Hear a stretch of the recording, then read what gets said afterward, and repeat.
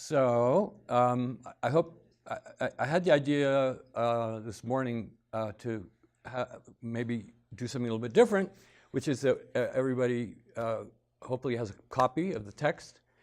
And yesterday I kind of gave a little overview of it, and so today I thought we'd kind of just get into the reading of the text together and see how that went. I think maybe that would be interesting. So we'll make this like a zindra, right? Right? Zindra, okay. So I'll start with a short verse.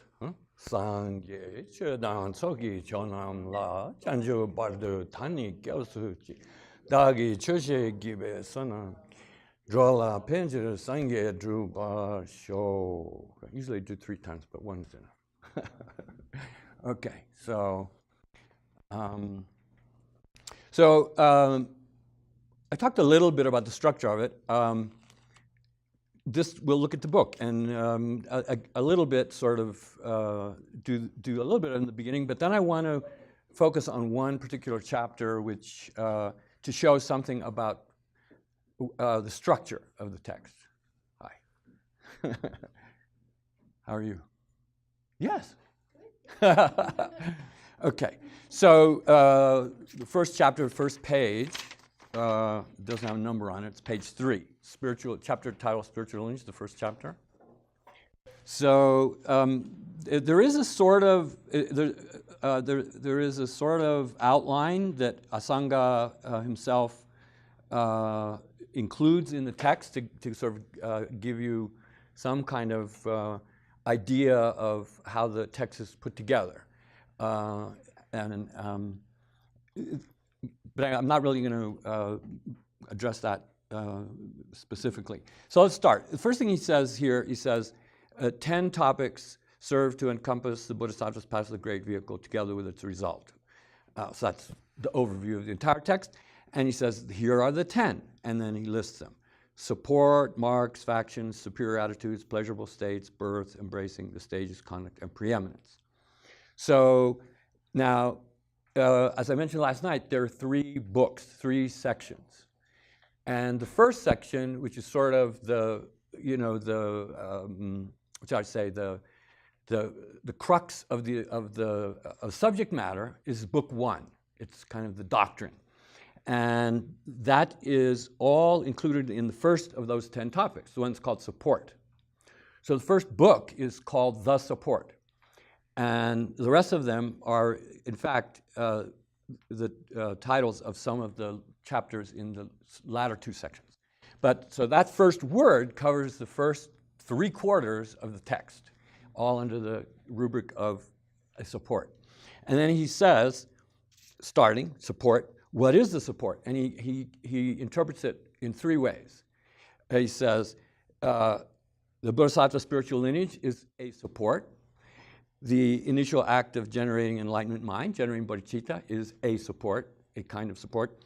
And then 3, all the spiritual qualities that are conducive to enlightenment. Those are bodhipakshika dharma, so chanchuki chokichur, right?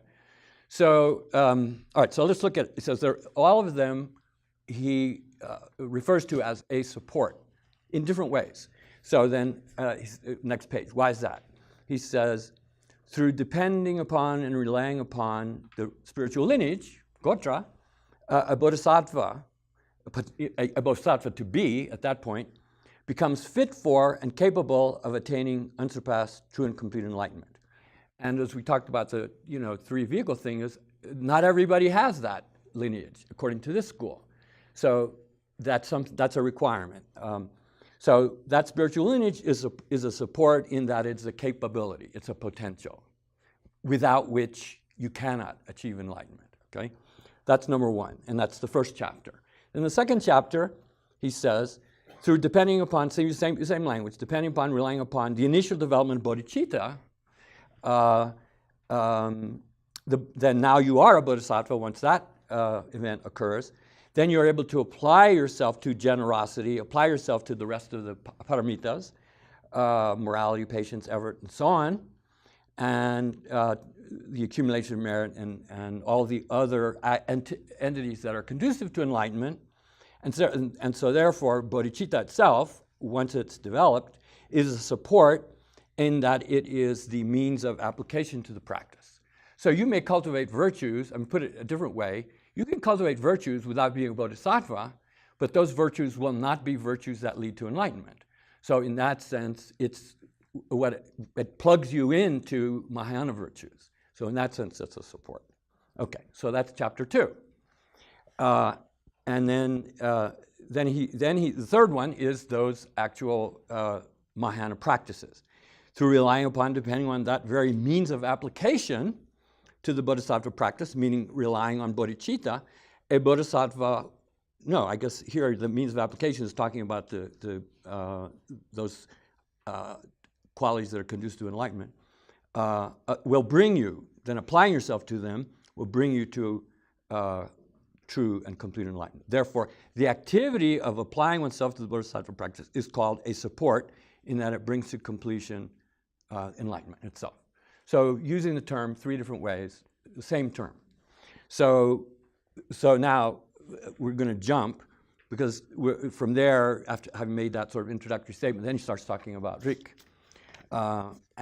So if we jump to chapter 3, this is page, where are we here? Is it? Okay. So, so then he says, well, what is the bodhisattva practice that's undertaken by those bodhisattvas who have generated enlightenment mind, as described in chapter 2, in the manner that was just described, right? So he says, bodhisattva. So here is the one structural, model that he creates. So he says the practice, meaning all, the application of one's efforts to cultivate the bodhisattva practices in all their forms, is going to be presented in 3. From the point of 3 distinctions. So he says, so this distinction that's being made right here follows through from this chapter through the 18th chapter, through the entire rest of the first book. So he says, those subjects in relation to which the bodhisattvas train themselves, number 1. So ganla lava. Lava is, to train, the root to train yourself, right? So in relation to which you train yourself, it's the locative.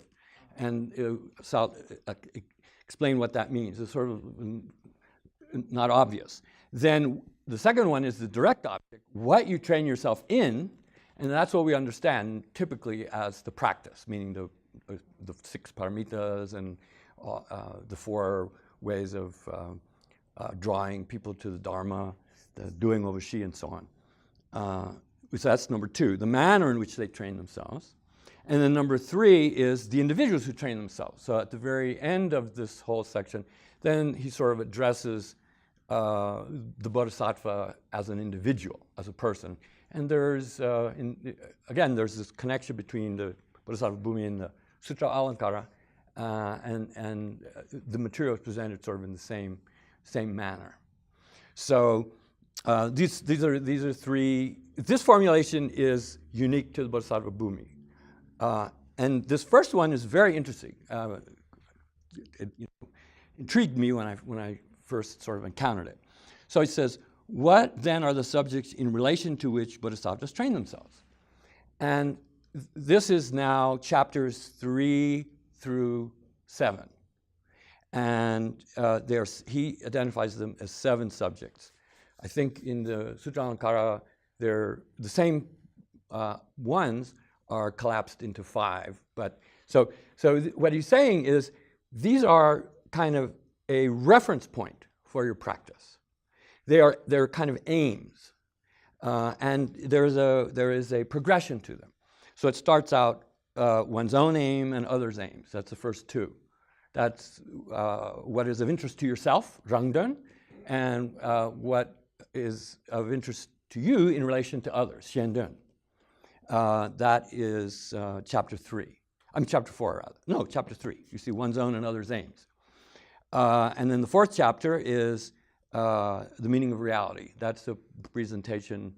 It's not limited to the Yogacara view of ultimate truth, but obviously that's the main, the kind of meat of that chapter. That's 3 of the 7. Number 4, spiritual power, is a reference to a range of things which include miraculous powers, the ability to display, clairvoyance, or the ability to, display physical, marvels. That's one form of them, but he actually also includes in them the paramitas themselves as a kind of spiritual power, in the sense that it has the ability to overcome negativities. And so he actually refers to, excuse me, the paramitas themselves as a kind of power. And so he's not talking about the paramitas themselves in terms of explaining them, but just in the sense that they have some sort of efficacy or some kind of force. And so in that sense, he calls them a power. And then he talks about, he talks about some of the unique ways that the Buddhas have power. There's interesting story about how it's almost naturalistic, that the Buddha, by his divine nature, he affects nature itself. There's a famous story of the monkey that came and offered him honey or something when he was in the forest once. It was just the monkey just by seeing, and how animals, it was something like a St. Francis kind of thing, where animals would come and that kind of thing. So he has a natural power, sort of charisma that exudes. That's included in that topic. But the real reason for talking about spiritual power is to say that the bodhisattvas, in terms of their career, it's a tool that they use to influence others in a spiritual way, in a beneficial way. So that is something that is sort of a point of reference for them. That's something that they have to be concerned about and have to try to develop. So this is one of these, therefore it represents one of these 7 topics that is sort of in their minds, uppermost in their minds, as they are, engaging in the training. So the idea of, just going back over what we looked at so far, you say, the idea of one's own aims and others' aims, the first thing is that they're not mutually exclusive. That for a bodhisattva, one's own aim is to achieve the ultimate goal, and so you have to, you have to do your part to bring yourself to that, level of enlightenment. And then in the course of doing that, then you are in different ways, depending on your abilities, able to fulfill the things that relate to others. And so it's a very interesting discussion. I don't want to get sidetracked, but he talks about sort of, he talks about a sort of improper form of self-interest, and that's something to abandon, and to replace it with, a better form of, an appropriate form of self-interest. He talks about, it's really an interesting thing on that topic, the dynamic about, if you want to be a bodhisattva and you're altruistic, what is the balance between, sort of dedicating yourself to the welfare of others and spending time sort of improving yourself? If you go around sort of just trying to help other people, but you don't really have the qualifications to do so in a far-reaching way, then you're really not furthering your bodhisattva practice. So in a sense, there has to be, you have to kind of do them both in a measured way, which is an interesting idea. Okay, so he does that's in that in those first 2 points. Then number 5, the ripening of sentient beings, and number 6, the ripening of a Buddha's qualities in oneself. That's a really big subject. When he talks about ripening, he doesn't mean it in a general sense. He means it in a specific sense. Ripening means in the sense of coming to the point where you can permanently abandon either the mental afflictions or the subtle obstacles. So the ripe means to reach the level where you're actually able to do that. So that, sort of raising yourself to that level. And then there's a very long discussion. He has like 27 categories of ways that you go about helping others, ripening others in a spiritual context, rather than just sort of helping people in kind of everyday sort of manner. So those are 5 and 6. And then number 7, obviously, if you're a bodhisattva, you're interested in supreme enlightenment. So that's something that is, again, sort of a focus of your interest. So this kind of it's kind of like the Mahayana moral compass. These 7 ideas, they're sort of in the back of your mind as you're engaging in your spiritual practice. To what degree does your spiritual training sort of fulfill these 7 aims? Which is an interesting idea, and each one of them represents a separate chapter also in the Sutra Alankara. Okay, so that takes you up through chapters 3 through 7. So now we can jump to chapter 8. Now this is what I wanted to really focus on tonight. So this is page 171. So now he says here, at the beginning of that chapter, so the presentation of the 7 subjects in relation to which a bodhisattva should train him or herself has been completed. Okay, so we skipped those chapters. So he says, now I shall describe the manner in which a bodhisattva should train. And so this chapter is sort of we'll delve into that, because this is really what I'm going to spend time kind of reading through a little bit more carefully. So whatever the lineages of the powers might mean, that's chapter 8. And then when you get to chapter 9 through 15, that's 9 through 14 is the 6 paramitas. 15 is the sangrahavastu. Sangrahavastu is the 4 means of attracting a following. If you're familiar with that concept, it's sort of one way of describing the paramitas is that there are 6. Another way is that there's 10, adds these 4. And they are generosity as a way of helping others materially. And then the second one is, I translate it as, what was the phrase I used? Agreeable speech. Agreeable speech is priyavadita, which is interesting. He talks about that in a kind of extensive way. It's interesting to read. Then the third one is, actually the essence of agreeable speech is teaching. But he also talks about 3 kinds of agreeable speech. 2 of them are sort of almost good manners. One is there's a very interesting term in Tibetan, it's called songbor mawa. And in Sanskrit is purva bilapi. And it really means, in Sanskrit, it means to speak first. So it means when you encounter somebody, you immediately sort of, you acknowledge them, you engage them, you say something pleasant to them, like, how are you, that sort of thing, just sort of make your interaction be set out on a positive note. That's one form of this agreeable speech.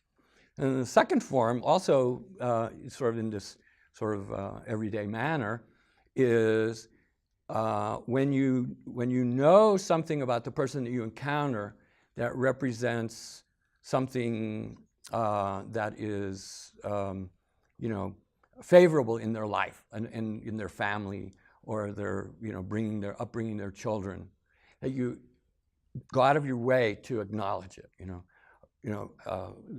Glad to hear that this happened to you, and it's sort of because the word agreeable speech means, really, it means what the hearer is happy to hear, right? So it's a way of sort of, engaging people in a positive way. So that's really one aspect of the agreeable speech. But then hits the third one, which is real agreeable speech is then teaching the Dharma to those who are, suitable and interested in the Dharma. And then he talks about that at some length. The last two are, it's not enough to teach the person, and you also have the obligation to prompt them to put into practice what you teach them. So that's dönjöva, right? That's sort of giving encouragement when you see your followers and sort of kind of reminding them to not just learn it in their mind, but to actually begin to put it into practice. And then the last one is to be a model, döntumba, which means that to practice what you preach as a way of showing other people what you expect them to do. So those are really big, those are the well-known forms of the Mahayana training, okay? Then the last is chapters 16 and 17, very interesting. 16, just briefly, one is worship, chöba, but it's ways of worshiping the three ratnas.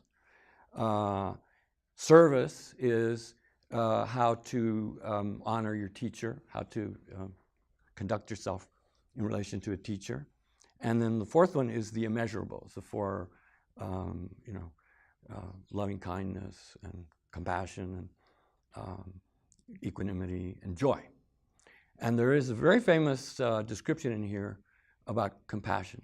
He describes 153 ways to meditate on compassion, which is his presentation of how to cultivate great compassion. It's really extraordinary. It's very philosophical too. I mean, it's based on kind of the understanding of the nature of samsara, the nature of suffering. You have to really kind of appreciate the doctrine of the truth of suffering. And then he just addresses it, in these a whole range of ways. And he does it in a very methodical way. There's one way to meditate on suffering. There's two ways to meditate on suffering. And he goes from 1 to 10. And so it's a group of 10 different ways that are sort of related. And then he works backwards. So there's two sets of 10, and it comes out to 153. It's really quite extraordinary. That's that. And then 17 is a kind of list of sort of classic Mahayana, topics and forms of practice. For instance, Munlam, aspirational prayers, is one of them. And then the last chapter, 18, is devoted to the nature of a bodhisattva. And all of this is kind of following the structure of the Mahayana Sutra Alankara. Okay, so let's go back to chapter 8. So chapter 8, just the title itself, it says lineage of the power, lineages of the powers. I remember I used to look up different topics in Bodhisattvabhumi that I knew about, find them and sort of, leaf through the book without having really read it or be familiar. So, what is this word? In Tibetan, it's tob ki rik. Tob is the powers. Rik is, the word for spiritual lineage. And this is this is not in the Sutra Alankara. I don't know that this expression is found anywhere else. I've never seen it anywhere else. Now, this chapter 8, as you see now at the beginning of it, so now we're going to read this chapter 8, which is, I think, very interesting, and you'll see why. So throughout the book, at different places, his way to sort of give an overview of what's coming is he presents a summary verse at the beginning of the chapter. So in each of the paramitas, for instance, there are 9 categories that relate to them, and he gives a summary verse there. Here, these are all the topics that are in this chapter. So it's abundance of devotion, seeking and teaching the Dharma, practice, instruction, counsel, and then the last one, deeds of body, speech, and mind that are supported by means. Now in the Sutra Alankara, each of these are separate chapters. So there's a chapter on devotion, there's a chapter on seeking the Dharma, there's a chapter on practice, there's a chapter on instruction, and then there's the last chapter, deeds of body, speech, and mind. These are separate chapters. But he's put them all together into this one single chapter, which he calls the lineages of the powers.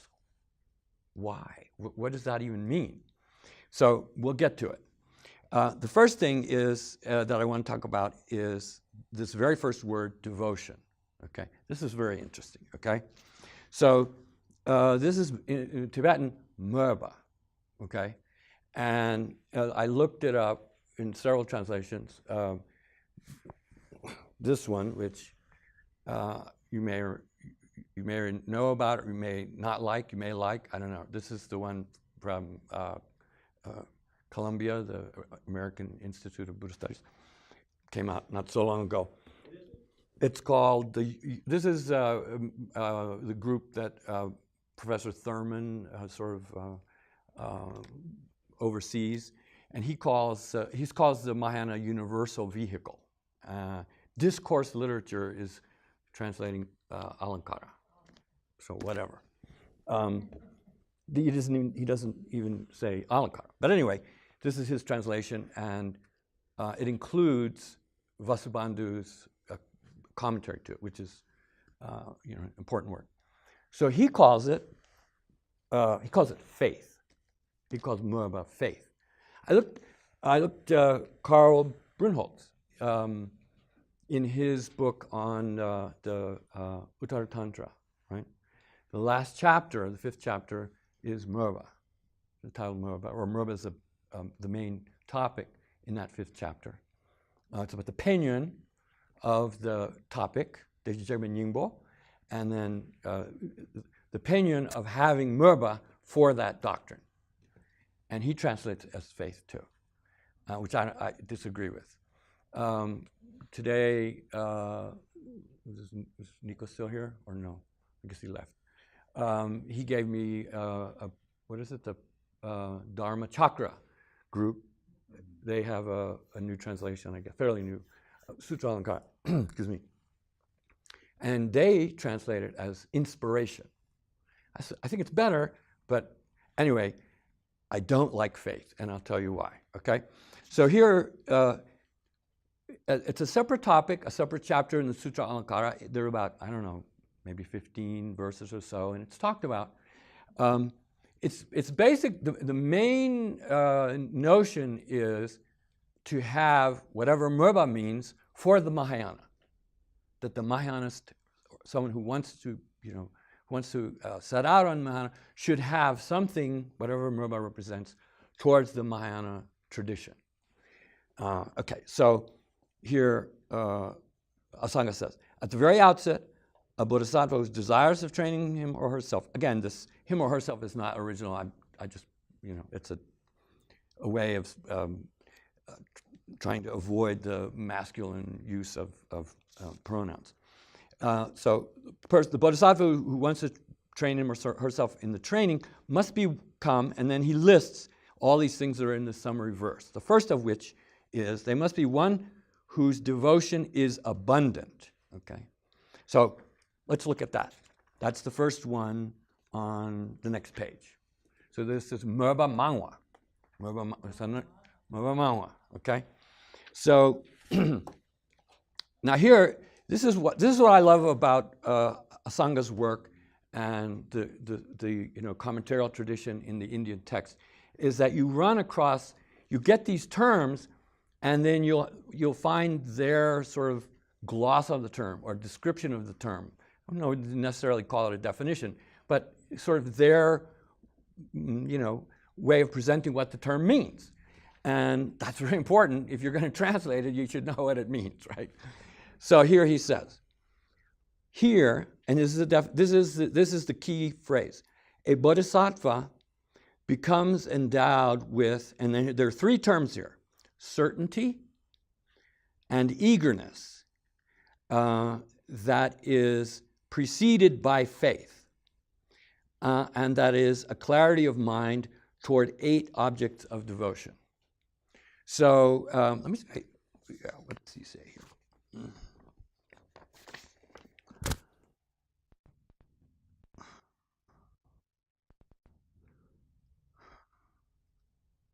So he said he uses a compound with Shraddha Prasada. So it's faith, and then I translate it here as a clarity. So I translate it as a kind of compound which is equating the term faith with clarity. So a faith which is clarity. So that clarity is Dhamma. Dhamma is actually one kind of faith. It's kind of sort of a sort of joyful,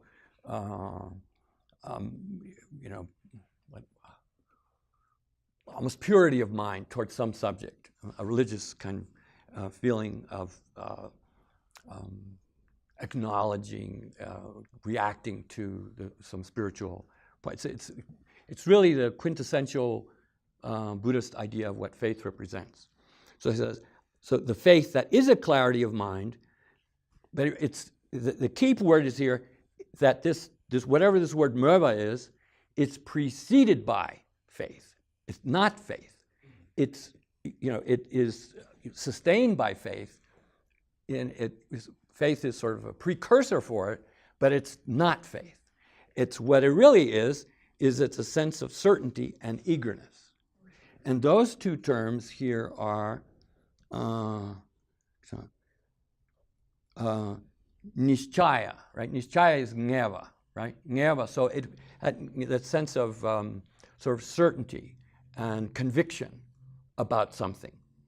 And then the second word is ruchi in Sanskrit, which is a kind of joy or a kind of delight in these subjects. So that's really the essence of merva as it's being described here. There's something that you take delight in something, and that you do so with a real kind of sense of conviction. And it comes because you have a feeling of faith towards it. But the essence of what this quality is this kind of combination of conviction and delight. And then, so I'm going to, this is a word in Sanskrit, adimukti, in Tibetan merva. I'll talk a little bit more about the words, but let's look at the 8 topics, because this is interesting. So he says that this attitude of merva is something that you should have towards 8 objects. So these are the most important subjects that a person who is a Mahayanist should be, interested in, and eagerly sort of pursuing, trying to learn more about. And they are the virtuous qualities of the 3 jewels, right? So one wants to learn more about what they actually are, as represented by, for instance, the exercise of recollection of the 3 jewels, as a way of, deepening one's reverence for the 3 Ratnas. Okay, that's the first one. And then number 2, the powers of a Buddha and a Bodhisattva and a Buddha. That's that same chapter that was talked about before, sort of, recognizing that Bodhisattvas, certainly Buddhas, but also Bodhisattvas, particularly Bodhisattvas that are more, advanced, as they develop these, extraordinary powers that enable them to impress people and therefore be able to influence them in a spiritual way. So that's another thing to be very interested in and wanting to actually develop it, if you can. Number 2. Number 3, knowledge of the nature of reality. That, you can't get away from emptiness if you're a Mahayanist. That's reality, and, it's crucial to combine that with your sense of bodhicitta, right? So there's what is Vimalakirti's famous, means absent wisdom is bondage. Wisdom absent means is bondage. Combining the 2 is what brings freedom, right? So here it's saying, that one needs that understanding of ultimate truth that's unique to Mahayana in order to progress. So therefore, it's a special subject to devote your attention to. Okay, and then he says, causes and results according to the manner in which they occur. Now that becomes very interesting here in this chapter. What does he mean by causes and results? He's really talking about pratitya samutpada, this doctrine of the links, the causal links, as well as the causal nature of the four truths, that the second noble truth is the cause of suffering, and that the path is the cause that brings the cessations. And so, and there are causes and results that relate to both the process that perpetuates samsara, and there are causes and results that relate to how you extricate yourself. So that's an area of knowledge common to Hinayana Buddhism that the Mahayanist also needs to be an expert on, which I think for us is a point that needs to be emphasized. We can say we're aspiring to compassion and so on, but we can't do it in a way where we sort of are not sufficiently expert in the nature of samsara, how one is caught up in it, and how one can remove oneself from it, even though the Bodhisattva is not in any hurry to do so. But you still have to know the process as a way of properly engaging others. So I think that's an interesting point, and that's going to come up in this chapter in a really kind of, in a very broad and way that I hope you find interesting. Okay, so then, and he says, number 6 is the unerring aim that is worthy of being achieved. And he just puts that's the unerring aim is this phrase, which he then says, regarding this point, the aim that is worthy of being achieved is unsurpassed enlightenment. Okay, so that's a subject that we definitely should be eager to learn as much about as possible. That's number 6. Number 7 is the means of achieving that aim. So that's the Mahayana path itself. And then number 8, he says, is just as with them, meaning just as with those 7, devotion should also be developed towards that which was well expounded, well spoken, well declared. That is to say, the Dharma teaching. And then he mentions the first discourses, songs, declarations, and the rest is a reference to the 12 categories of the overall Buddhist canon. So he says the last category is, as a serious Mahayanist, we need to become steeped in the canonical literature itself. So this range of subjects is what are the things that a Mahayanist has to have uppermost in his or her mind that you're wanting to learn about. And so this attitude of having this conviction about it, this is really important, and to be really having this favorable disposition toward it, which is the joy, those things combined are merba. And so that's why I translate it as devotion. If you have a better word for it, I'd love to hear it. But it's not just faith. It's this sense of interest. It's this sense of, it's like, it's what draws you to the Dharma. You have this sense of, being eager to pursue, so to speak.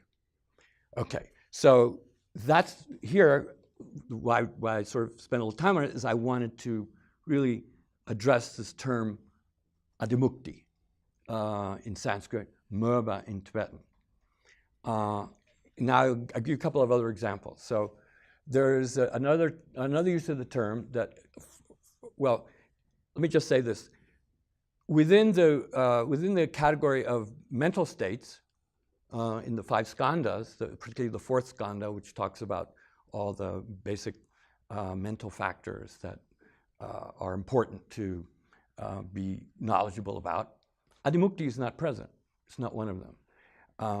But a kind of related term is, and it's adimoksha, which is also moa in Tibetan. So here's a case where Tibetan uses the same word to translate two kind of etymologically related terms, but which are not identical. So the adimoksha, which is in one of the factors in the fourth skanda, that's a little bit different. That is, I translate that as conviction, because it is described in the Abhidharma as it's one of the object-specific mental factors. Means you have to have some familiarity with an object in order to develop merba towards it. But adimoksha form, or the merba in the sense of adimoksha, what I call conviction, is then something that you're familiar with, that you become, the word is dharana, which means you keep hold of it. You do not relinquish whatever your opinion or belief is about something. And its effect or its function is that it prevents you from being led away from whatever your beliefs are. So it's this sense of certainty and conviction to whatever your beliefs are, in such a way that someone else cannot persuade you to abandon those beliefs.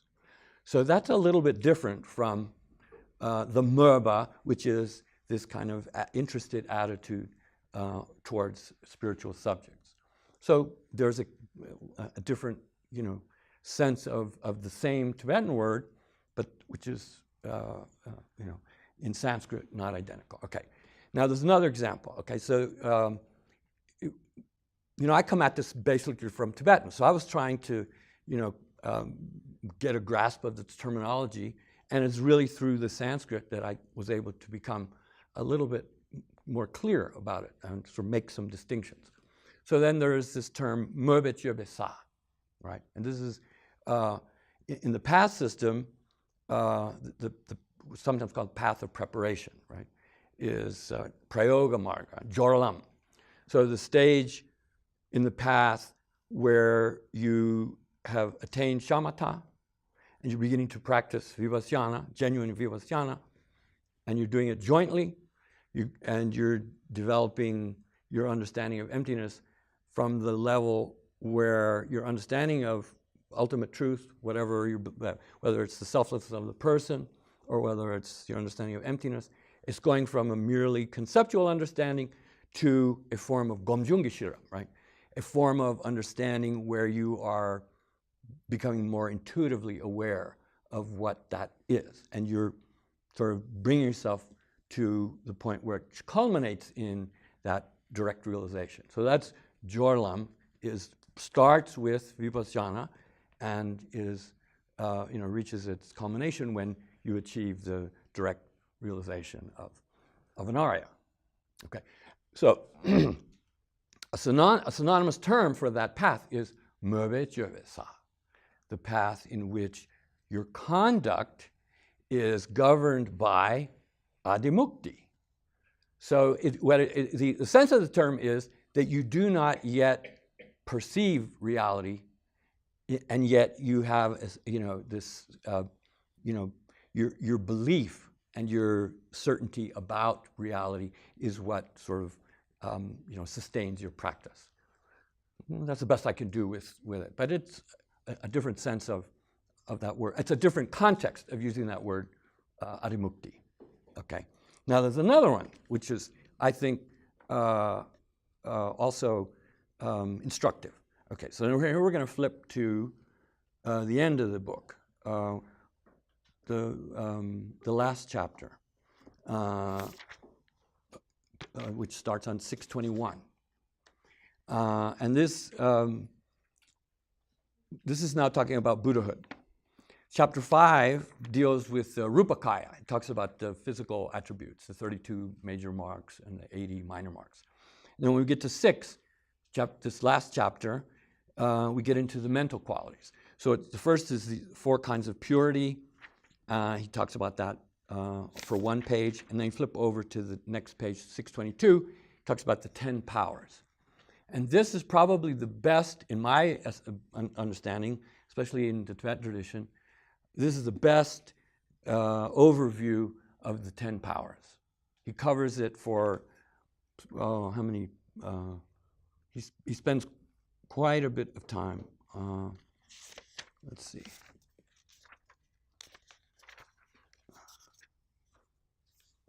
620 to 650, 30 pages. All of it is addressing the 10 powers. The way he addresses them is, in the beginning, there are canonical passages which still exist in the Sanskrit, although the basic Pali canon, the Sanskrit version of the Pali canon, for the most part, they're not much in Tibetan, very little. But there are certain, in fact, the best source that gives this canonical description of the 10 powers is in a commentary to the Abhidharma Kosha. It gives sort of the Sanskrit version. And so in the footnotes, in the beginning, so I start like footnote 1472 on 623. I give, in quotes, the canonical description of each of the, this is the first of the 10 powers. So anyway, we are going to talk about these 10 powers because they connect back to chapter 8 in a very interesting way.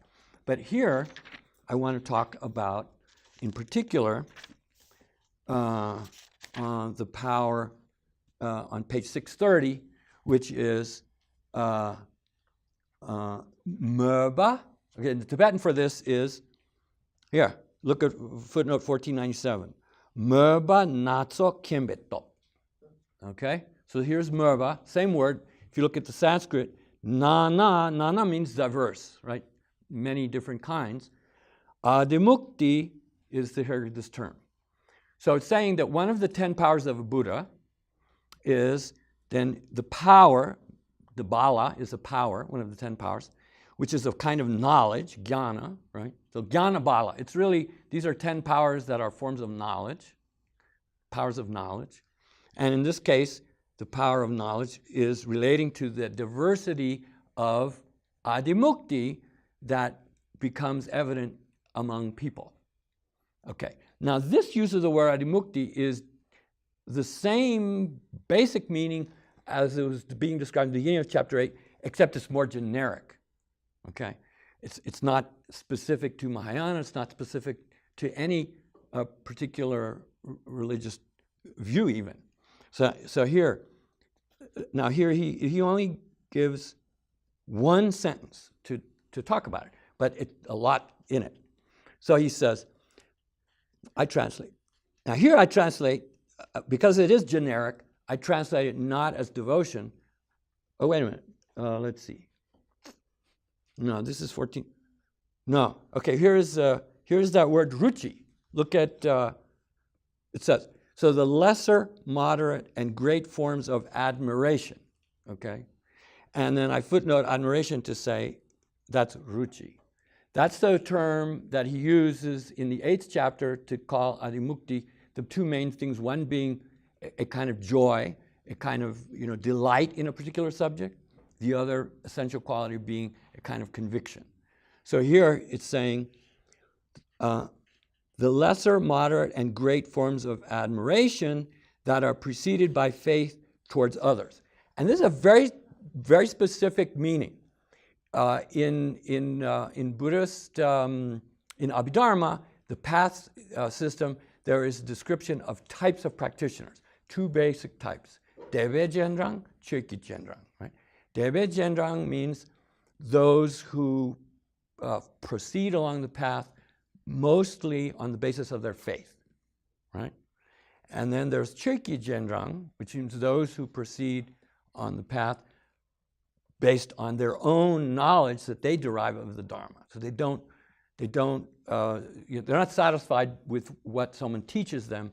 They have to confirm it for themselves, and then the conviction that they gain on their own is then what sustains their practice. So and that represents, what's implied is the person who mainly proceeds on the basis of faith is someone who doesn't have the same degree of intellect as the person who is able to confirm things for him or herself. So here, in this thing of this power where the Buddha evaluates someone, he says some have lesser, moderate, and greater forms of admiration that are preceded by faith towards others. And other here means teachers. So those persons who, they can develop a form of, here using this word admiration, this ruchi, is really a kind of one of the essential qualities of one of the two qualities of admukti. One of it is this kind of pleased, or that's why I translate it as admiration, because it's a personal quality. It's the fact that you regard highly an individual and therefore you follow that person as a teacher. So if a person has the disposition to have that kind of quality and to be led in that way, then Buddhas will act accordingly in how they instruct that person. And then the other one is the precise understanding that is preceded by reflection upon the Dharma. So that's the other essential quality of adimukti, which was the sense of nishchaya, of conviction, of nyeva. So this notion of adimukti is that it really spans two mental qualities. One is a kind of favorable disposition, and one represents a kind of sense of certainty. And they can be both present, or either one can be predominant. So here, when you're talking about one of the Buddha's 10 powers, right, which are unique to the Buddhas, nobody has the 10 powers except the Buddhas, then one of these 10 powers is the ability to recognize what type of adimukti persons have. And that adimukti can manifest itself in terms of the tendency to react favorably to a person, or the ability to develop a kind of sure understanding. So this is a very interesting and very similar way of describing adimukti in terms of the 10 powers. So I hope that kind of gives a better sense of what the term, as Asanga defines it anyway, how he interprets it. So hence, I don't like faith. I don't agree that it should be faith. Okay, so that's really my point. Bottom line, there's one other use of the word adimukti which is really I'm not sure I'm not convinced that I understand it completely. There are 10 also what are usually translated as powers. Now, they're called Wangju, right? So when a bodhisattva reaches the 8th of the 10 bhumis, they attain mastery of 10 kinds of powers. One of which is described in terms of this expression adimukti. Let's see if I can find it here. Where is it? It should be, it's going to be here. We can find it. It's in the chapter in section 2, which talks about the 10 bhumis. So that would be the last chapter of section 2, and that would be pleasurable states, right, the viharas. So we need to find the one that relates to the 8th bhumi, which is the pleasurable state that is free of signs and also free of effort, page 567. Actually, the powers themselves are on 569. It says here,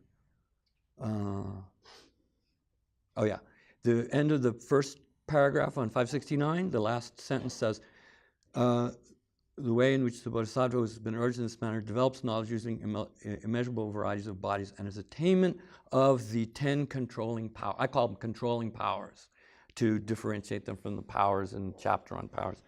So this is 1372. The Sanskrit word is vashita. It's different from prabhava or bala, other words that are usually translated as power. And here, the wang is the Tibetan term. So a kind of, so my rendering of it is controlling powers. Okay, so here's one of them. Let's see. Okay, so I'm on 570. So here you can see why I said that, you know, I'm a little, I haven't come to a real certainty about how to understand it. So I translate here a word which I'm not really proud of or eager to say, but here it is anyway. However, this is the first sentence on 570. The Bodhisattva may form, and then I translate adimukti as a desiderative intention. Desiderative meaning a kind of desire, a kind of wish, a kind of volition. And an intention means that it's some kind of, you know, a formulation to accomplish something. So what that, and this is translating that word adimukti.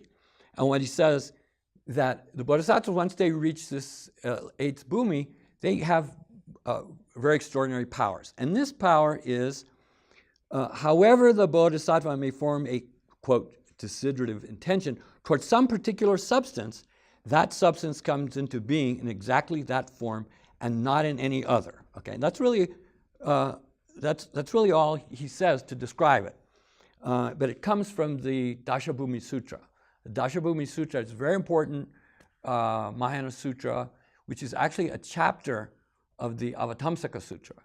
The Avatamsaka Sutra is a very large text.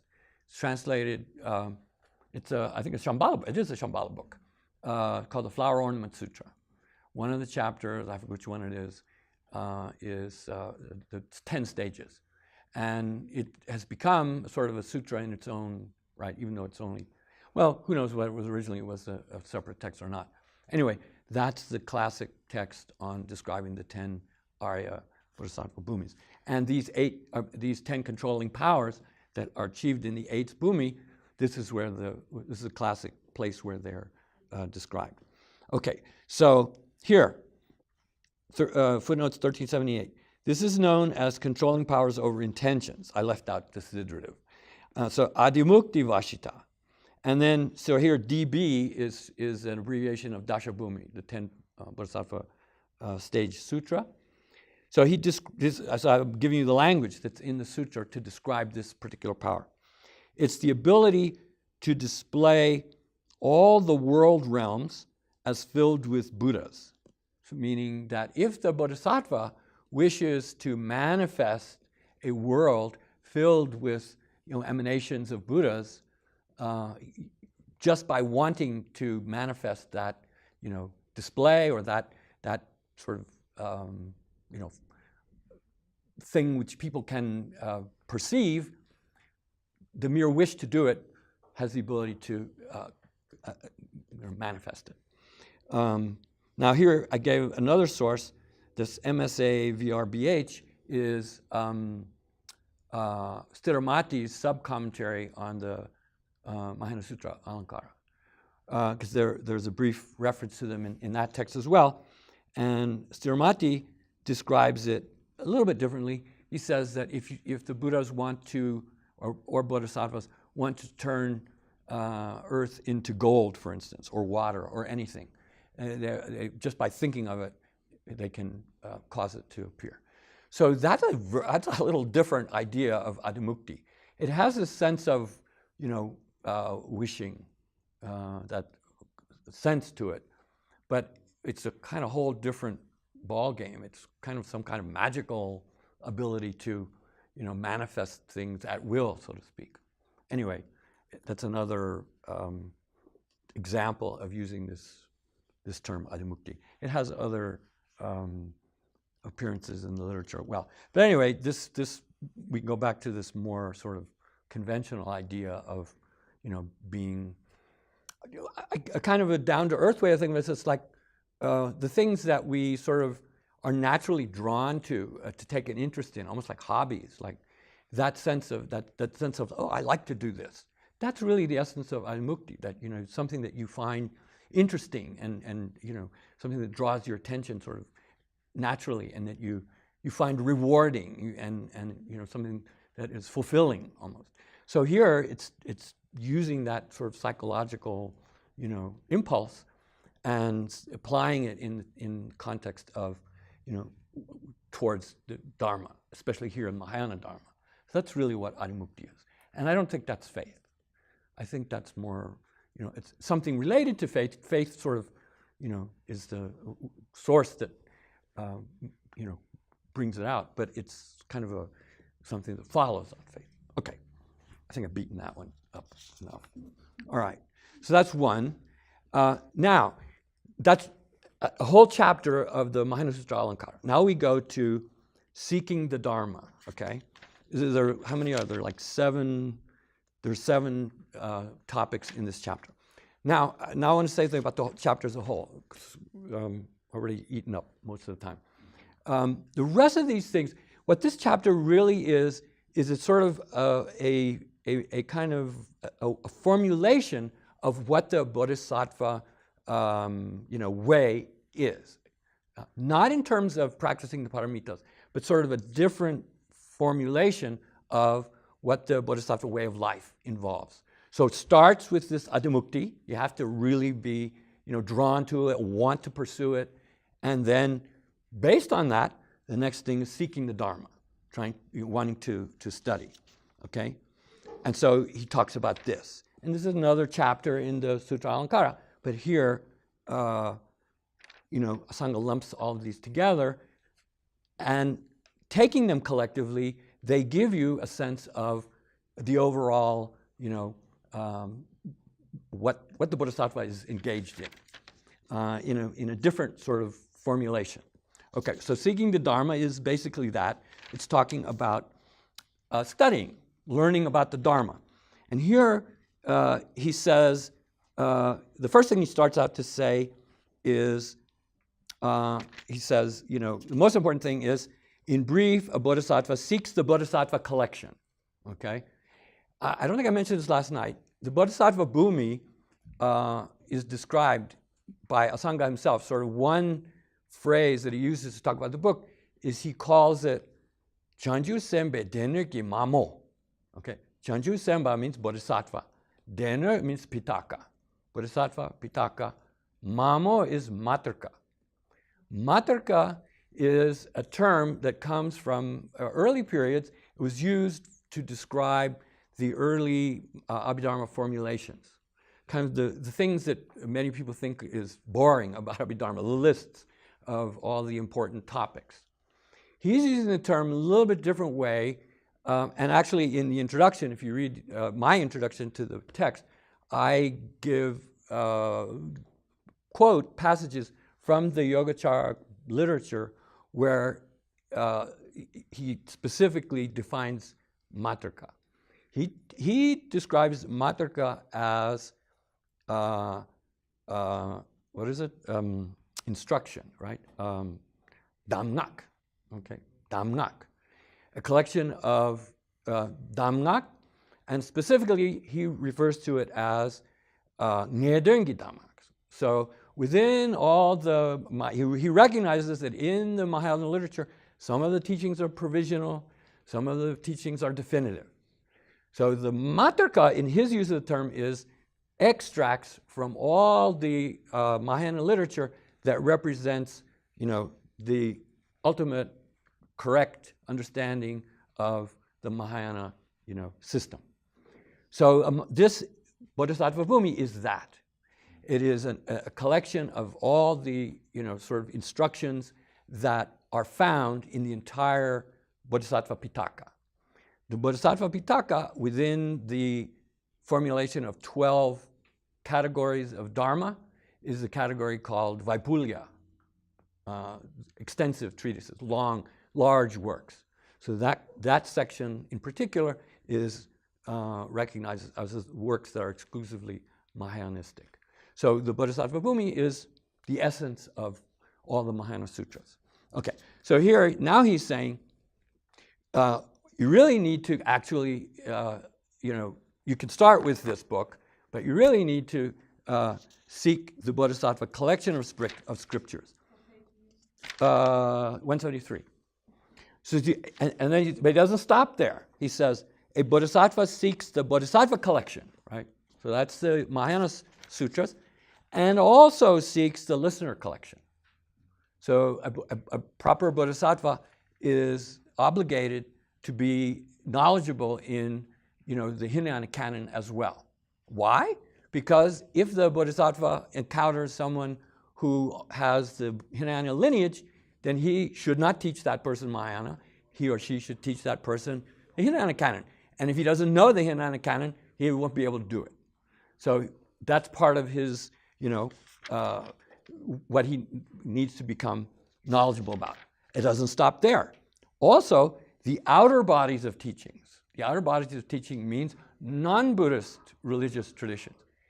A person needs to be knowledgeable of all the, Brahmanical traditions as well, in order to, if he encounters someone who's representing non-Buddhist traditions, he or she should not be, be in a position where I say, well, I don't know anything about it, so I can't say anything.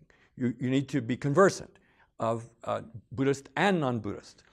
And then he says, also, he mentions the category of secular crafts and occupations as well. So then from here he's going to go, basically he's going to say, you need to know the 5 sciences, right? You need to know so-called inner science. Inner science is all the religious traditions. Buddhism is an inner science. Then all the other religious traditions are also, from the Buddhist perspective, attempts to present that philosophy, but from the Buddhist perspective, they fall short. But the Bodhisattva needs to know, be conversant or familiar with it.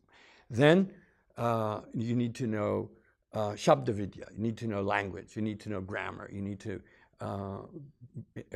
be literate, you need to be, a person who can express himself or herself, well. Then you need to know Hetuvidya, you need to know logic, you need to be able to, defend Buddhism and, engage other traditions in an effective way. You need to know medicine, and you need to know then here secular crafts and occupations. And there's a verse. This is kind of in the Sutra Alankara. It says there's this, I think, a well-known verse which says, even the Bodhisattva Aryas. So the Bodhisattva Arya is someone who's, quite advanced, unless they become, proficient in all the 5 sciences, there's no way they can become enlightened, which is an interesting idea. So you, according to this, sort of the classical Mahayana position, a bodhisattva is a person who is, a medical doctor, a philosopher, knows about, crafts, knows about architecture, knows about, yes, yes. I didn't want to use that word, but yes, exactly. Okay, so he talks about that. Now, here this is really the heart of what I want to do, because this is very interesting. So we get down to the bottom. He says, same page, 174. Down at the bottom of this page, then he says, after saying you need to learn about all these major sciences, these major areas of learning, but he says, really, I mean, obviously the one that you need to know the most about is the Buddha's teaching, right? So then he says, regarding this topic, and this is the second to last paragraph on 174, the Buddha's speech, okay, the Buddha's speech. Now he's talking about the canonical, collections. Pravachana. Pravachana is the word of the Buddha, right? The Buddha's speech is referred to as the inner body of teachings. And then he says, this is very interesting that he identifies it in this way. in how many forms does Buddha's speech occur? The same question is asked with regard to the other fields, up to in how many forms do the branches of worldly crafts and occupations occur, right? So what is the makeup of the Buddha's speech? And here's what he says. In brief, Buddha's speech occurs in two forms. This is at the very bottom, 174. Number one, the form that correctly sets forth causes and results. That was included in that group of 8 objects. Number one. Number two, the form that sets forth, and then he uses this very, these principles of karma. That sets forth the principles that what has been done will not perish, and that what has not been done will not yield any fruition. And if, as I give at the bottom of the page, I don't know if you're familiar with these two phrases. They're very classic. This is at the bottom, footnote 533. The phrase, what has been done will not perish, okay? That is jeba jumisawa. Jeba means done. It means karmic deed, okay? Jumisawa means that it will not become ineffective. And so that is the notion that, one implication of it is that we should be mindful of what we do, basically, right? Because once we've done it, it ain't gonna disappear. So this is a principle that, there are these passages that, whatever has been done, when the conditions come about, then a past karma will ripen. It doesn't matter whether eons of time have passed or not. So that's this idea, jeba jumisawa. This is an axiom of karma. It's one, okay? And the other one is also talked about by Tibetans, but they don't usually talk about it the way it's described here. Ma jeba dang mi treva. Are you familiar with that? How do you understand that? Ma jeba dang mi treva. You will never encounter what you haven't created. Okay, so spell it out. Well, if you haven't created some kind of, I don't know, class. Oh, no. Well, I just wonder what you think of it means. I know it from I kind of thought the way it's usually, the way I hear Tibetans usually describe it. They say they describe it in terms of sort of kind of things that you kind of unusual things that you hear in the news. For instance, oh, somebody fell out of the 20th story of a window, and normally, splat, they're dead. But this person didn't die. Why is that? So they will say, well, that's a case where that person didn't create the conditions for it. Even though they fell out of the window and went down, something happened, and they fell through leaves or the branches of trees, and maybe they broke their bones, but they didn't die. And that's because they didn't have the conditions that would cause them to die. And that's usually the way that I've heard it described, which is, a way to think of it, sort of like, an airplane crashes, some people die, some people don't. The ones that don't die, they didn't do the karma that would cause them to die in that particular circumstance, which is a way of understanding it. But that's not how it's understood here. The way it's understood here is, if you want to make spiritual progress, you have to engage in the causes that will bring about the results. So if you don't create the causes, ma jeba means, if you don't put forth the, if you don't if you don't do the virtues, if you don't develop the spiritual qualities, then ma jeba means you will not meet with the desired, spiritual results. I believe here that's what the way Asanga is taking it. Okay, so those are two karmic principles that are, and so that's the second form. Okay, now we can skip the next couple of the rest of on page 1175 is talking about the different kinds, the categories of the other sciences. But then, having gone through that, so he's talked about these 5 sciences and what are their different forms. So within the 5 sciences, the Buddha's, the inner science, what does he call it? he calls it the forum that correctly sets forth causes and results. That the Buddha is the infallible authority on correctly describing the nature of the world. And he doesn't set forth, formulations about if you do this, that will happen, that are off the mark. So he's the infallible person for correctly describing what causes bring about what results. That's the first category. And then the second one is he describes the workings of karma. And no one else has the capacity to do that. And that's it. That's how he identifies the Buddha's teaching here, okay, which is an interesting sort of idea. Okay, now look at 175. Now some of these headings are my own. This is another topic, but it's not necessarily a separate topic that Asanga identifies. But here he says, so how does Buddha's speech unerringly set forth causes and results? That's the first of the two forms, right? And now he gets into causation. So he talks here, first of all, he gives a general description of 10 kinds of causes. And these are not really sort of familiar ideas about causes. This is kind of, the only other place that I've seen some of this language is the way the 12 limbs of dependent origination, they're categorized as, 7 of them are results, 5 of them are causes, right?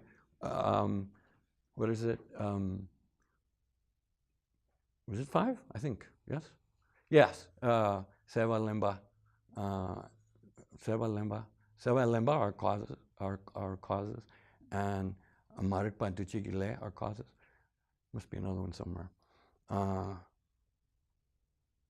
At any rate, among those causes, he describes them as different types of causes. And some of them are among these 10. But it's the only place where I've seen this way of referring to types of causes. So it's interesting. It's a little bit, you have to really read it very carefully, because he first describes it in an agricultural context, right, which is a typical Indian thing. And then, so that's on page 76, 77, 78. And then he goes, and then now on 79, there's after presenting these 10 causes, right? He says, regarding this topic, how is it that these 10 causes produce all worldly entities?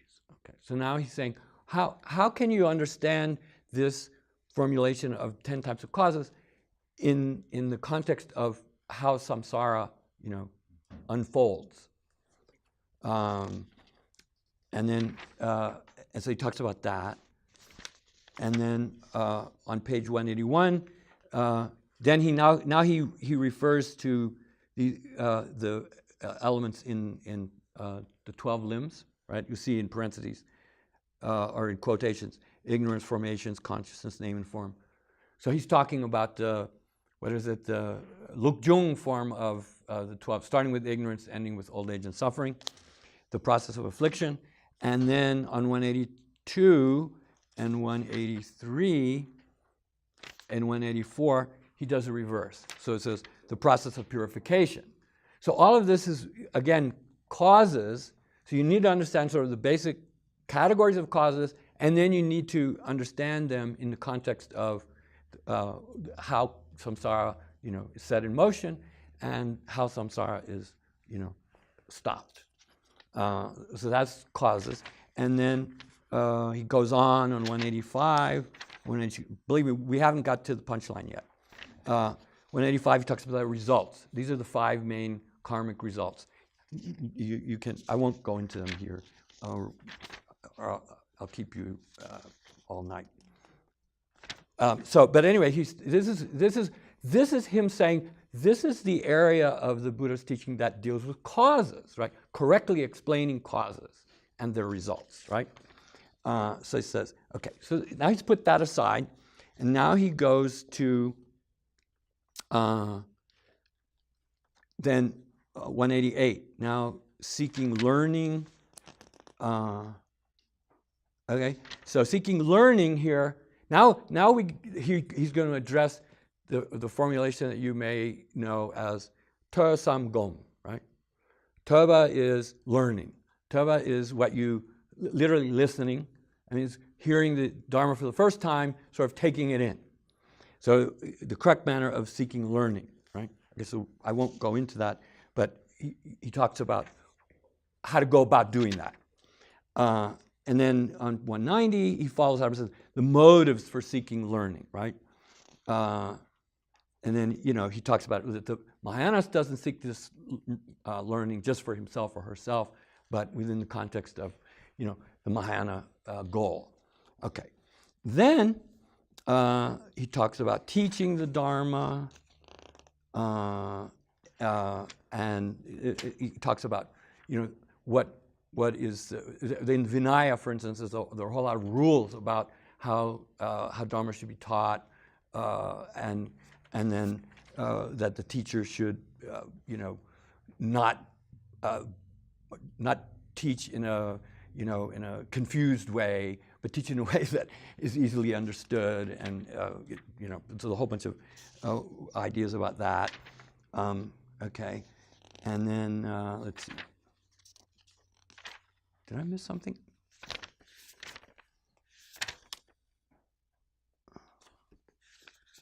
No, let's see.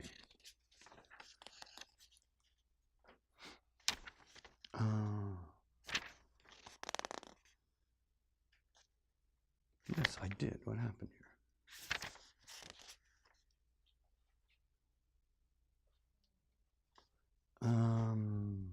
Let's see. Teaching the Dharma. Correct reflection. Insight.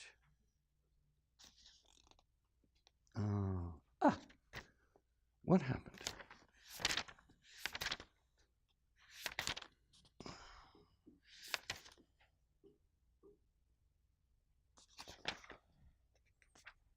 Sorry, I'm trying to find what I was trying to get at. Let's see. So, okay, here it is. This is the five kinds of results, right? We're going back. I missed this really crucial paragraph. So he talks about results. So now, Buddha's teaching is two categories: the source of understanding correctly what causes and results are, and secondly, the source of understanding how karma operates. Okay, those two things. Okay, so now he talks about causes and results, and then okay, on page 187. Okay, 187. Yes. Okay. The first complete paragraph. Having realized in this manner the form of the Buddha's speech that correctly sets forth causes and results, and as a consequence of continually cultivating, the aspect of his or her spiritual lineage that relates to the power of knowledge regarding proper conditions and improper conditions, a bodhisattva gradually causes the spiritual lineage of that power to be refined and further developed. Okay, and then in the very next paragraph, he talks about the second category. He says, a deed that was not done by one individual or that was done by another individual will not yield any ripening for that individual. So what that's saying is, if you didn't, this is kind of like what I said before was kind of the typical Tibetan way of explaining Machiava Dhammitreva. If you didn't do a particular deed, you're not going to experience the karma that is related to that. If somebody else does a particular deed, takes a life, for instance, there's no way that you should suffer the consequences of somebody else's actions. Okay. So, moreover, those deeds that an individual did perform will not perish even after 100 kalpas with regard to their ability to yield a result. So that's jeva chumisa. This is kind of a flip side of what I was talking about. So if you do something positive, it will never fail. I mean, you can't do something positive and have it be completely inconsequential or be of no value.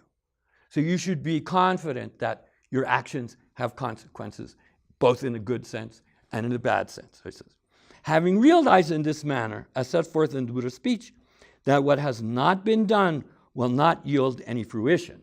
So you do have to carry. You don't end up achieving salvation by good luck. You have to bring it about by your actions. So if you don't carry out the actions that will bring it about, you won't meet with that result. Having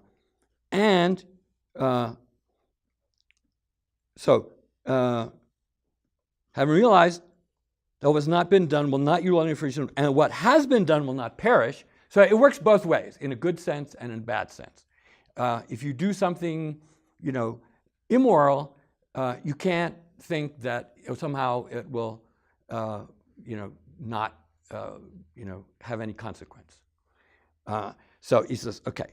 So if you appreciate that, in other words, if you understand the doctrine of karma and you understand it means you are convinced of its truthfulness, he says, a bodhisattva gradually causes the aspect of his or her spiritual lineage that relates to the power of knowledge regarding the fact that one's deeds are one's own will be refined and further developed. Now, I don't think that you've got really what this is saying. What it's saying is these two categories of Buddha's speech, the nature of causes, correctly understanding the nature of causes and results, number one, and number two, learning about the workings of karma, those being the two kind of essential elements of the Buddha's teaching, those learning about those aspects of the Buddha's teaching have the effect of refining your capacity to achieve the first two of the 10 Buddha's powers. Okay? So it's saying, as for a bodhisattva, when a bodhisattva is learning about the Buddha's teaching, study, and gaining knowledge, is to be understood as laying the groundwork for achieving the first two of the Buddha's 10 powers. And so in that sense, learning and study is refining those potentials, those spiritual lineages, which are not the normal way of understanding spiritual lineages. So that's why this chapter is called The Lineages of the Powers. Okay? So he's saying there's two phases to being a bodhisattva. One is learning. One is gaining knowledge. And that knowledge ripens you to achieve the first two of the Buddha's 10 powers. It's a really interesting sort of idea. First two of the 10. What are they? Okay. So if you want, we flip back to, so just quickly, how are we doing with time? I'm sorry, I think I'm kind of pushing the limits. Okay, so page 623 is this is an interesting phrase because I don't know how many of you are familiar with the 10 powers of a Buddha. These are like, sort of Buddhist catechism in one way, but they also are pithy. They have some meaning to them. Okay, so here's the first one. It's described as, it's an unusual phrase, the power of knowledge regarding proper and improper conditions. That's my translation. The word in Tibetan is ne dang ne mayimba kembe top. All right, kembe top is knowledge of the power of knowledge, right? Ne and ne mayimba is the Sanskrit word sthana. Sthana, a basic meaning of the word sthana is a place, right? Like Hindustan, Afghanistan. It's that word. Pakistan, correct, yeah. So sthana, and then asthana is the negative of it. So that's ne mayimba. So this word sthana has a meaning which also is something that is proper, something that is correct. So we have the phrase in Tibetan, ne mayino. Ne mayino means that is improper or that will not happen. So here in this phrase of the first of the 10 powers is that the Buddha has infallible knowledge about what is a correct formulation of causality, that this action brings this consequence in a general sense, in terms of the natural world, and in a specific sense in terms of the doctrine of karma. And he also knows ne mayimba, asthana, means those formulations which are incorrect. I mean, to give an example, the idea that animal sacrifice brings spiritual reward. So for the Buddha, that ain't a good cause that's going to bring a good result. So his knowledge would be to recognize that as ne mayimba, asthana, an improper formulation of causation. So the Buddha knows what's right about causation and what's wrong about other formulations of causation. So that's the first power. Okay, I mean you can read through it.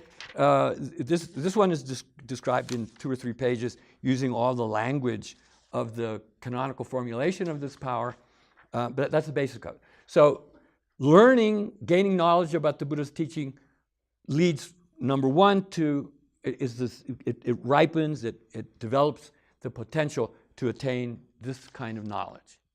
Number two, okay, the second one was about karma. Now here, the second power is on page 626. And Asanga uses a slightly different description. The typical one that's known in Tibetan literature is le dang nambar mimba. Le dang nambar mimba kembeto. So the power of knowledge regarding karma and its ripening, right? He uses this phrase,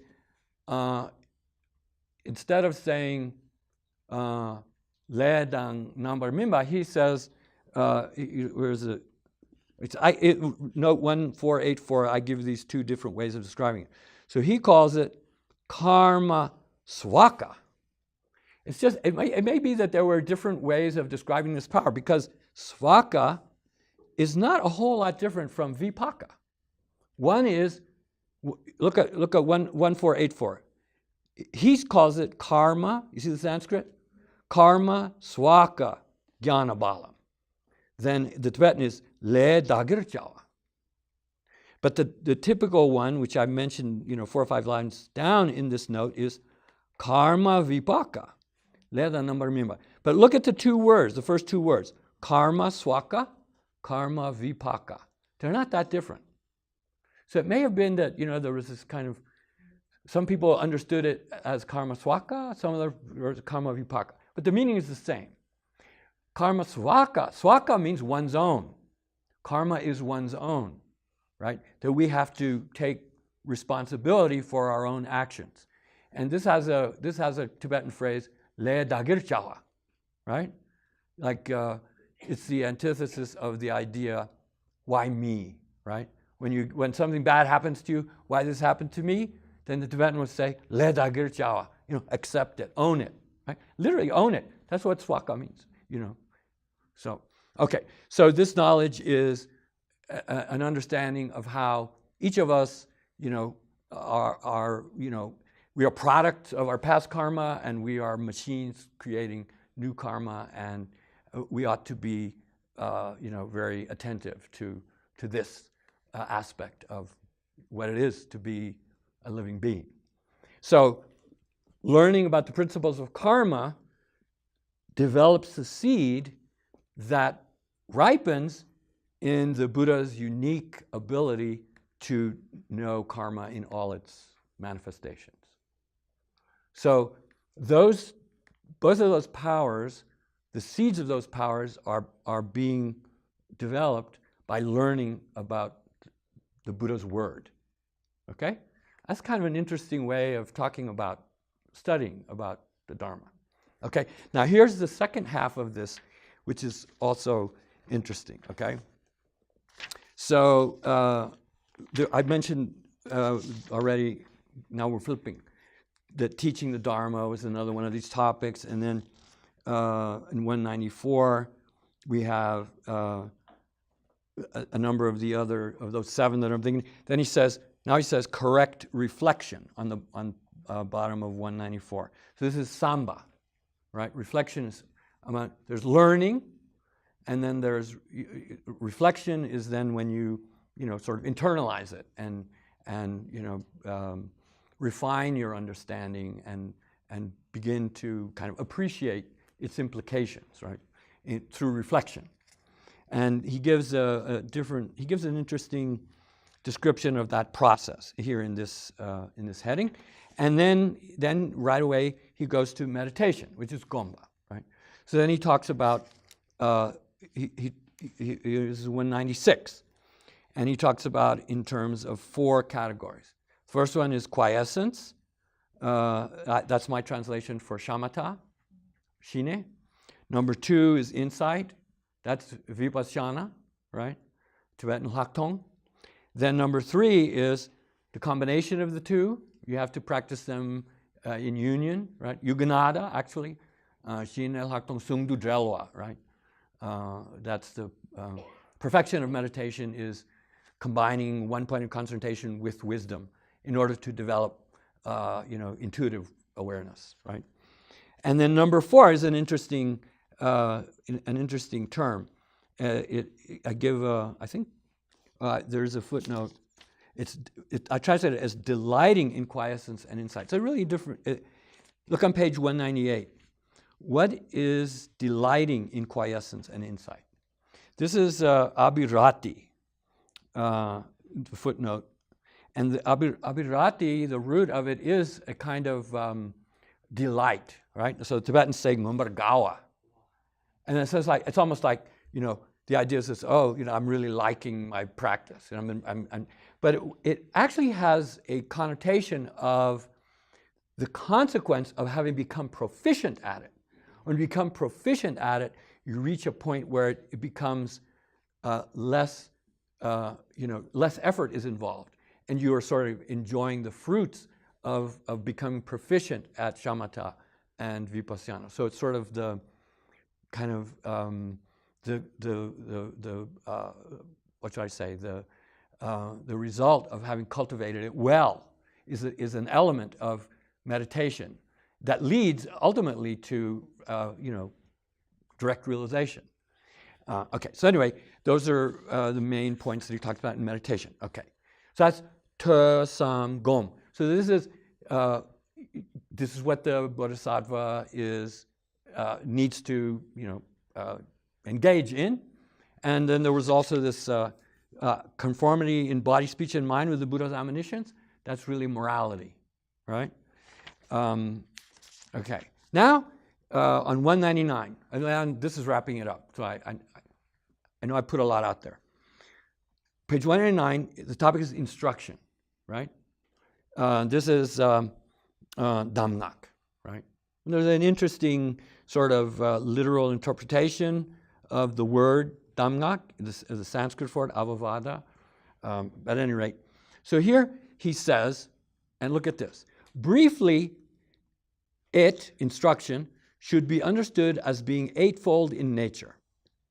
And now he says, whether the situation is one in which a bodhisattva is desirous of giving instruction to others, and then he says, either through relying upon one-pointed concentration or as a consequence of association with those individuals, or alternatively, it is a situation in which another bodhisattva or tathagata gives instruction to him or her. So this is saying, there are different, ways that you could be involved in instruction. You could either be the one giving instruction, or you could be the one getting instruction. It's basically said. In the case of if you're the one that's giving instruction, then he says you can base that act on, he says, either through relying on one-pointed concentration. And what that means is that you have an ability to size up the students, the potential students, clairvoyantly. And therefore, your ability to instruct them will be that much more, on point, so to speak. But if you don't have that ability, as a consequence of association with those individuals, means you've gotten to know them, you spent time with them, and so you're familiar with who they are by their behavior, and you're observing of their behavior, and so that gives you the ability to evaluate them and then teach them accordingly. So it's an interesting way of describing, the idea is, there's a really interesting phrase, I'll just throw it in there. When he talks about the 10 bhumis, he gives a little description of Mobbachyavasa, which is pre-Arya stage of a bodhisattva. And that's not in the Dashabhumi Sutra. Dashabhumi Sutra starts with Aryas. So this is kind of, giving a formulation that, I don't know what the source of it is, but he says that the person who is pre-Arya as a bodhisattva is, developing his or her knowledge and abilities, but still, subject to, imperfections. And he says, sometimes your activities when you're trying to benefit others is like shooting arrows in the night. You don't know what you're doing. You don't know the effect of what you do. It's just hit or miss, right? So I like that phrase, that's not the ideal situation. The ideal situation is, the lawyer is supposed to not ask a question unless you know what the answer is. Well, the ideal teacher is not supposed to teach something unless you know how it's going to be received. So that's kind of the ideal in the context here of instruction. And he says, eightfold in nature. Okay, now let's look at it. He says, now here's the phrase, starting down, having examined, okay? He says, having examined the person's mind, he starts with that, okay? Having examined the person's mind means kind of taking the measure of the person. The teacher examines and, oh wait a minute, no, he says it before that. He says, alternative situation in which another bodhisattva gives instruction to him or her at the very outset. Okay, this is the number one of the 8. At the very outset, that teacher, whether it's yourself or someone else, who intends to give the instruction, examines and realizes the nature of the mind of the person who's to be instructed. So, in the best situation, you know that person intimately, and therefore you can teach them what is best for them. Okay, so that's step 1. Then he says, having examined that person's mind, then the teacher examines and realizes the nature of the student's faculties. Okay, now here when he says faculties, later he says in the description of the 10 powers, he's not talking about intellect. He's not talking about sharp or dull faculties. He's talking about the 5 spiritual faculties of faith, wisdom, concentration, what are the other 2? Effort, and what are they? Deva, Jamba, Shira, wisdom is one of them. Among the 37, one level of the path is described as the 5 faculties, and it becomes the 5 strengths. So, having sort of known, having looked at the person's mind, then you evaluate their spiritual development in terms of their spiritual faculties. Okay, Then he says, it goes on. So this is a progression. Having examined the person's faculties, then he examines and realizes the person's attitude. By attitude, here he actually, attitude means their disposition. In terms of that word, adimukti, what is it that they're drawn to? Then he says, having examined that person's attitude, then the teacher examines and realizes the nature of the person's latent propensities. That's anushaya. Anushaya means it's the dormant form of the mental afflictions. So what is the makeup of the individual in terms of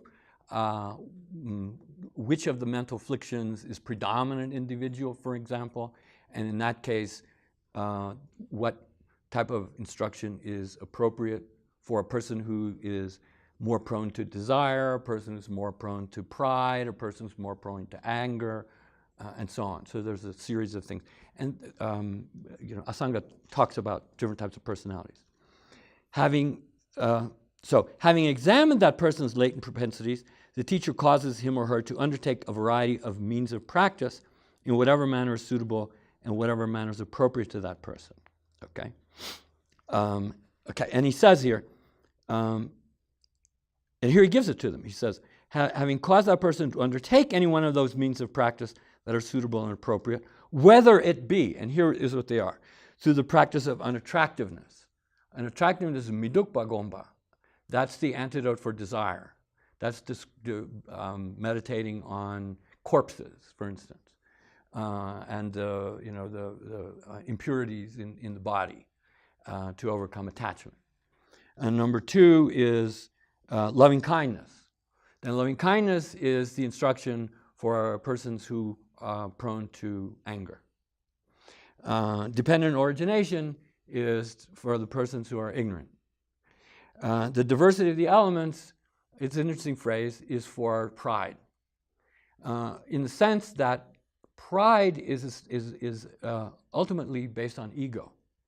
And that when you begin to understand that you are not a unity, but you are a multiplicity of constituents and elements, then the sense of ego loses, its foundation, and so does pride disappear. And then the other one is recalling inhalation and exhalation of the breath. That is for the person who is, this is for Americans, huh? Yeah? Inhalation, exhalation of the breath is a person who is namtok, too much namtok. Always thinking, always, conceptualizing and analyzing, and, they're in their head all the time. I think that's a fair comment on Western, culture. If you know a lot about, Tibetans, they're less so, I think, than we are. They're less namtok. Yes? No? What do you think? If you translate namtok as superstition, No, I don't mean no. Yeah. Well, that's a different namtok.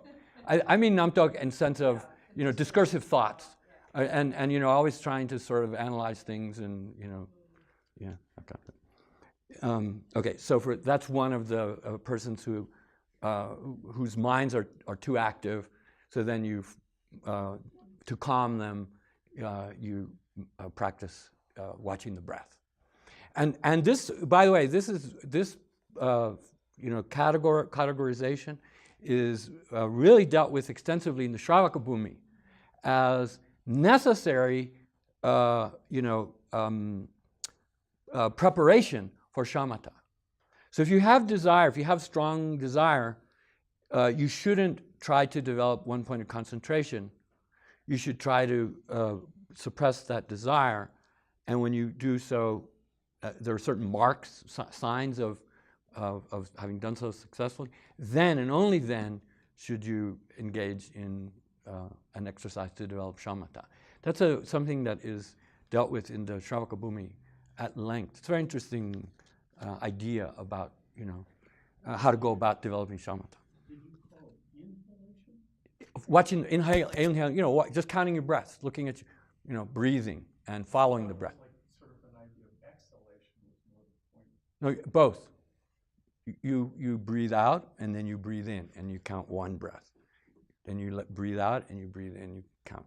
And you focus on the movement of the breath. And if you focus on your breath, then you stop thinking and your mind settles. Yeah, that's kind of the principle. Okay. All right. Okay, then, so that's sort of preparing the person to be able to develop one-pointed concentration. And then he says, once you've done that, okay, after you've taught these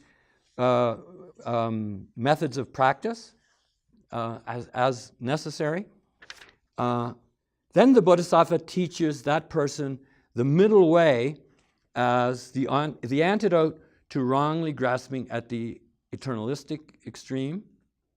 And the Bodhisattva also teaches that person the middle way as the antidote to wrongly grasping at the nihilistic extreme. So the two extremes. And okay, so that's kind of right view, right? And he says, because that's kind of the culmination of instruction when you're, ready to develop the knowledge that will bring you to the transcendent path. Okay, and here's the last one. He says, the teacher causes that person to abandon the exaggerated pride in which he or she mistakenly thinks that he or she has accomplished something that has not been accomplished. And the teacher causes that person to abandon the exaggerated pride in which he or she mistakenly thinks that he or she has attained some result that has not been attained, reached, or realized. This is one of the 7 kinds of pride that are described in the Abhidharma. It's called Ngumbe Ngagyo, Abhimana.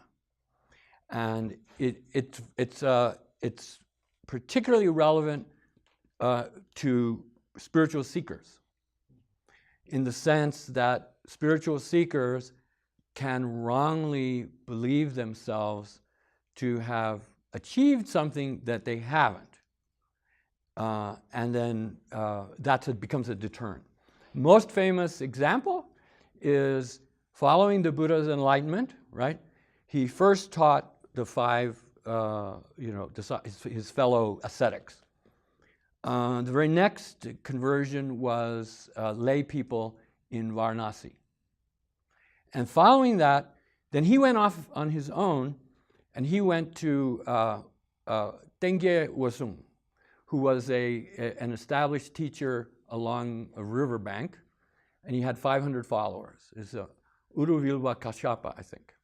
And that's a famous story where he believed himself, this Uruvilwa Kashyapa, believed himself to be, as in the Buddhist literature, an arhat, someone who had achieved what needed to be achieved. So he's achieved the result. So the Buddha recognized through one of his 10 powers that he was mistaken. He had this form of pride in which he wrongly thought he was a saint or a realized being. And it's a beautiful story. If you read that, he spent a long time it was not easy for him to persuade Uruvilwa Kashyapa that he wasn't an arhat. There's a famous story of him going into, he asked him for, where he could stay, and then he puts him in, I think it's a well with a very aggressive naga, and they thought that the naga was going to, annihilate the Buddha, and, lo and behold, he, subdues the naga, and they think, well, how did that happen? And then eventually, Uruvilwa Kashyapa says, oh, this is not an ordinary person. And then there's this strange event, I think with a flood or something like that. And then finally, Uruvilwa Kashyapa acknowledges that he's not a saint or a realized being. And then Buddha converts him, and he becomes an arhat right away, and all of his 500 followers become converted to Buddhism. And this is a major event. So it's an example of this particular, ability to, recognize those who wrongly believe they have achieved something when they haven't, which I think is a danger, among all of us. At any rate, okay. So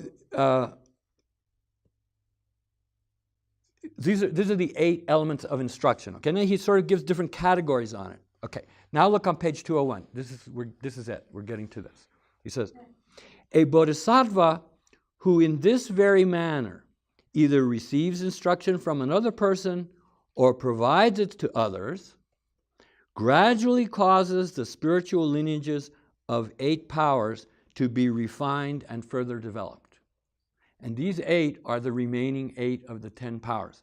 He says, that of the power of knowledge regarding the meditative absorptions, liberations, entering states of one-pointed concentration. Now we can flip back and forth, and you can see that these are the remaining powers that are described in this chapter on the 10 powers. In the second, so you can certainly review this on your own. So what is interesting is, and this requires a little bit of sort of careful comparison. Those 8 remaining powers of the 10 powers correspond exactly to those 8 aspects of how you go about giving instruction. Starting with examining the person's mind, and then learning about their faculties, learning about their attitude, learning about their anushaya, then teaching them the instruction that's appropriate. That's I think we're out of time, but the point is that that's the nub of this chapter. That's why this chapter is called The Lineages of the Powers. And what's interesting about it is that this chapter is a kind of formulation of a bodhisattva's spiritual career, in the sense that it starts with devotion. It includes learning, reflection, and meditation, and it more or less culminates with instruction, and then it has this thing, another form of teaching that's called counsel, which is a little bit different. It's sort of, I'll skip it. You can read it on your own. And then finally, the last one of those 7 on page 202, which is the end of the chapter, he says, the deeds of body, speech, and mind that are supported by means. And the deeds of body, speech, so all of our activities are included in deeds of body, speech, and mind. But here it says that they are supported by means is a reference to those 4 ways of attracting a following. So you can see, he says at the bottom of 202, he's regarding this, generosity is a type of means that benefits. All right, so that's the first of the 4. For instance, and then he says, following that, by means of agreeable speech, a bodhisattva causes those, and so on. He talks about those 4 things. So these are the deeds of body, speech, and mind are supported by speech. So it's saying, once you've learned the Buddha's word, once you've learned about causes and effects, once you've learned about karma, the instruction, once you've completed the process of learning, reflection, and meditation, and then presumably, once you develop Gomjungi Shirap, right, that form of knowledge that is beyond, that goes beyond just conceptual understanding, then that's really what qualifies you to be a teacher. So then right after that, he starts talking about Damngak and how to go about giving instruction. And then sort of the end of it is that you engage in these 4 ways of benefiting others, and particularly drawing them to the Dharma. So that's really an overview of the Bodhisattva life. But sort of the organizing principle for this chapter, this entire chapter, is number 1, learning. Not gaining knowledge is creating the conditions for that will lead to the first 2 of the 10 powers. Learning how to give proper instruction and engaging in teaching is the activity that leads to and culminates in the attainment of the remaining 8 powers. Hence, this chapter is called The Lineages of the Powers. So if you want to sort of distill it, it's saying that a bodhisattva should learn, become knowledgeable, and teach. Those are the two, that's the essence of being a bodhisattva. Learn the Dharma and teach the Dharma. Because those two things together are what will ultimately, in the highest way, bring a Buddha's knowledge. It's a kind of a very interesting sort of presentation of causality in terms of the bodhisattva practice and how it connects with the result. So that's one example. There's another one, but I'll leave that for another time. Anyway, I hope that that kind of review of this one chapter sort of gives you a sense of what I was trying to talk about last night, where I was saying that what the Bodhisattvabhumi is it gives you a kind of a framework, more of a framework of what you as an individual, how you should see yourself as a Mahayanist, and kind of identify yourself in the context of this model for spiritual development, which for me I think is, it is something that sort of gives you a sense of purpose and how to go about what you profess to be seeking in a way that I think is unusual and not many other sources that present it in quite this way. So that was my thought for tonight, how to kind of look at a little bit of the nature of the book. So I'll leave it there. I hope it was interesting for you, at least. Okay?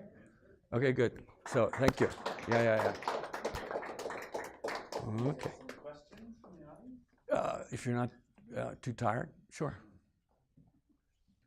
Earlier on, if I heard right, you said in one context that Drongdung meant Provisional. something producing benefit for yourself, and that Yedun meant benefit for others. Did you say that, or did I mishear that? No, I did make reference to it, but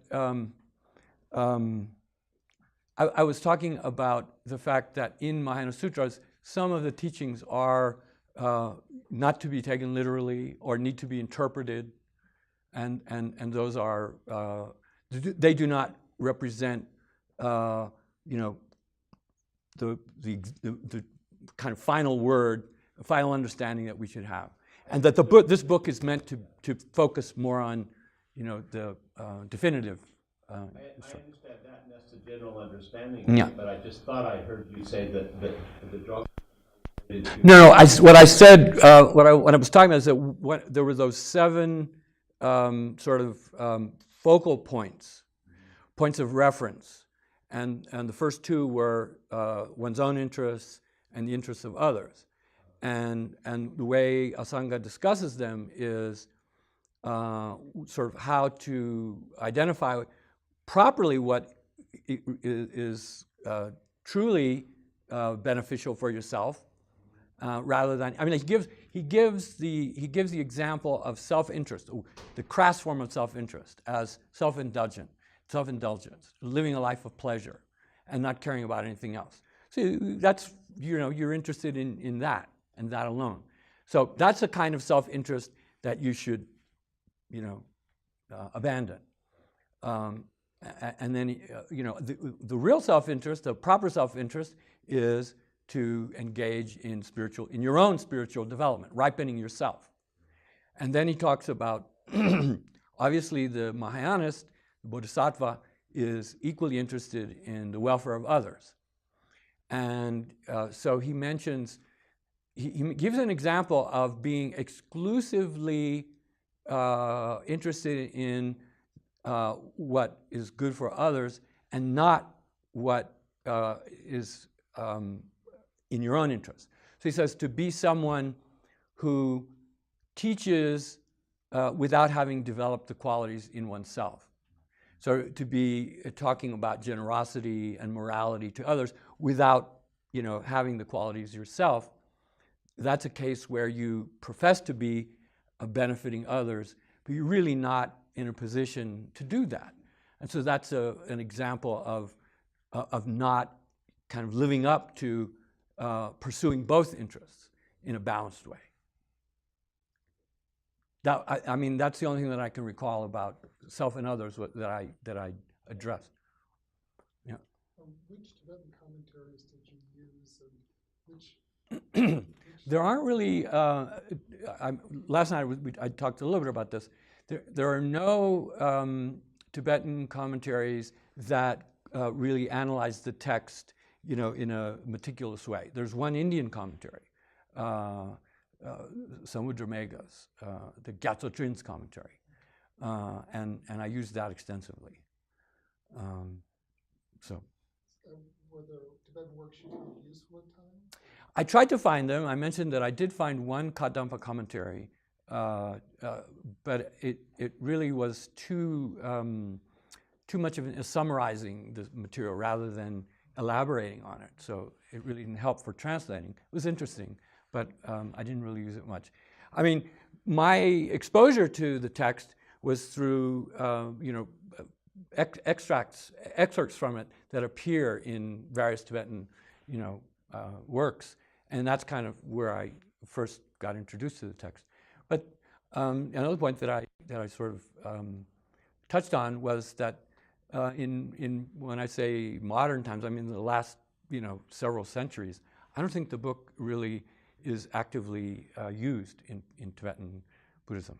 I mean that's I say that tentatively because I don't want to offend Tibetans. I may be missing some place where, but my sense of it is that it really is not used as a separate work. It's not really studied on its own. And I suggest that one of the reasons is that the Tibetan translation is hard to read in Tibetan. Being a translation, the syntax is in some places really convoluted and hard to really understand. Okay.